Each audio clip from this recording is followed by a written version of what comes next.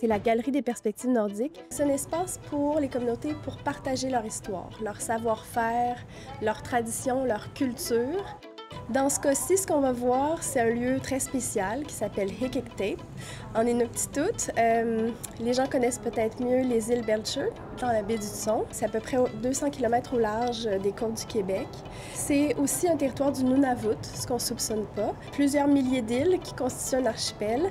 Puis il y a une communauté qui s'appelle Sanikiluaq, où on explore vraiment leur culture à travers l'exposition. Dans les îles Belcher ou autour des îles Belcher, il y a ce qu'on appelle des polynies. Donc, c'est des endroits libres de glace. C'est possible grâce à la force des courants dans la baie du Son. Et c'est un lieu, c'est une oasis pour le milieu, les animaux marins, comme les belugas, les baleines. Aussi pour une espèce spéciale pour cette culture-là, l'eider à duvet. L'eider est devenu vraiment une source d'alimentation, qui aussi a été beaucoup utilisé pour les vêtements traditionnels.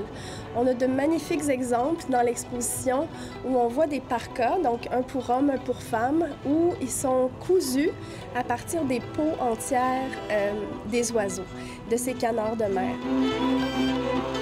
On voit tout le savoir-faire, en fait, autant des parkas traditionnels que des parkas modernes, des techniques utilisées. On dit que c'est la plume la plus chaude au monde. C'est quand même des canards qui plongent dans de l'eau de mer glacée.